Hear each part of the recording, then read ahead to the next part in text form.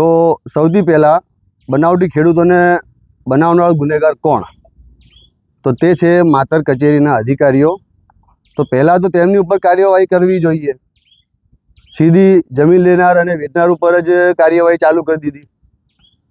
જેમ કે મેં જ્યારે 2012 માતર તાલુકામાં પહેલી જમીન રાખી હતી, તે સમયે મને ખેડૂત ખાતેદાર હોવાની પરવાનગી કોણે આપી?